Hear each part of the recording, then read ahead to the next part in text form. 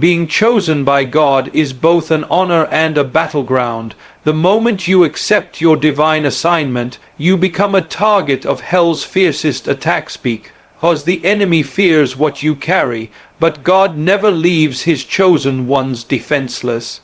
Through Scripture and the wisdom of spiritual leaders like Bishop Mar Mari Emmanuel, we uncover 10 sacred secrets that form an impenetrable shield around your destiny.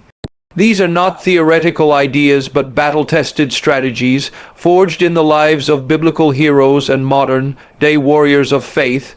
The first secret is the power of strategic silence. In a world that pressures you to respond to every accusation and defend yourself at every turn, silence becomes a weapon. Jesus demonstrated this when he stood silent before Herod and Pilate, refusing to give his enemies the satisfaction of engagement. Proverbs 10:19 warns that where words are many, sin is not absent, and Ecclesiastes 3:7 reminds us there is a time to be silent and a time to speak. When you withhold words from the wrong people, you starve their drama and deny them ammunition. Not every attack deserves a response. Sometimes the most powerful warfare is quiet trust in God's vindication. The second secret is prayer as your 24/7 armor. Prayer is not a last resort. It is your first line of defense. Ephesians 6:18 commands believers to pray in the Spirit on all occasions with all kinds of prayers and requests. The enemy monitors your prayer life. When he sees inconsistency, he strikes. But when you establish a lifestyle of unceasing communion with God, you build a firewall around your mind, family, and purpose. Daniel's habit of praying 3 times a day, Daniel 6:10, kept him protected even in the lion's den. Your prayers don't just change circumstances, they activate angels and enforce heaven's victory over hell's schemes. The third secret is discerning your divine circle. Not everyone who smiles at you is for you. Judas sat at the table with Jesus, broke bread with him, and still betrayed him for 30 pieces of silver. Matthew 26:14-16. 1 Corinthians 15:33 warns, bad company corrupts good character. Your inner circle should consist of people who sharpen your faith, challenge your growth, and cover you in prayer. If someone constantly drains your energy, questions your calling, or pulls you into compromise, love them from a distance. Your destiny is too valuable to be left unguarded. The fourth secret is wielding the word as your sword. Jesus didn't argue with the devil in the wilderness. He declared, "It is written," of Matthew 4:4. Hebrews 4:12 describes Scripture as sharper than any double-edged sword, able to divide soul and spirit. When you memorize and speak God's word over your life, you reprogram your mind from fear to faith. Every lie of the enemy, whether it's "you're not enough," "God has forgotten you," or "this battle is too big," can be shattered with a single verse. The Bible is not just a book, it's your spiritual weaponry. The fifth secret is discernment over emotion.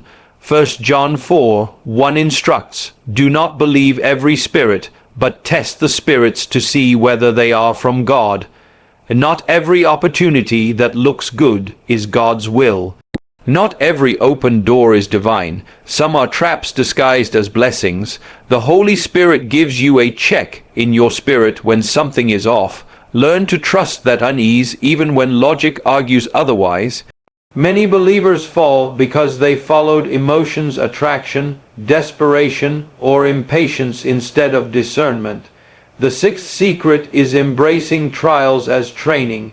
James 1:2-4 says, "Consider it pure joy when you face trials of many kinds, because the testing of your faith produces perseverance." David's years in the wilderness, fleeing Saul, prepared him for the throne.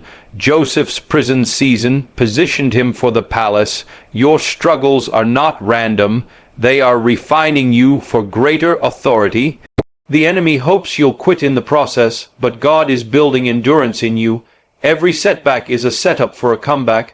The seventh secret is fasting as a spiritual reset. Jesus said, "This kind of demon does not go out except by prayer and fasting." Matthew 17:21. Fasting isn't about punishing your body, it's about starving distractions and feeding your spirit.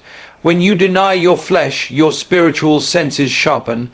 Daniel's 21-day fast. Daniel 10 broke spiritual resistance and brought angelic reinforcement.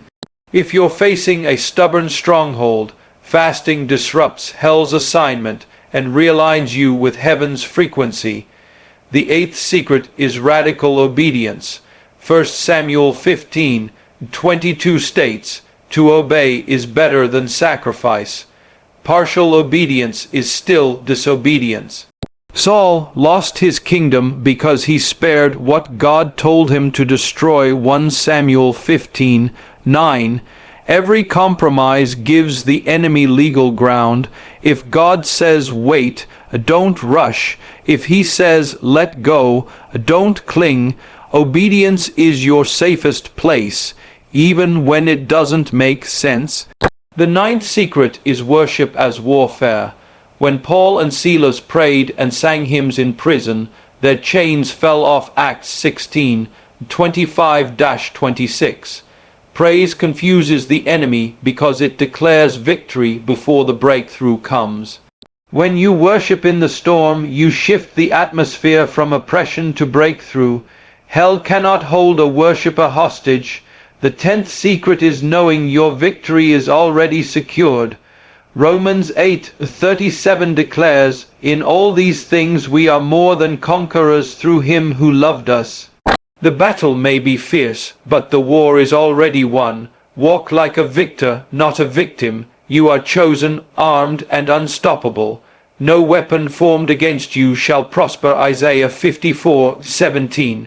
Stand firm, your destiny is protected by the blood of Jesus.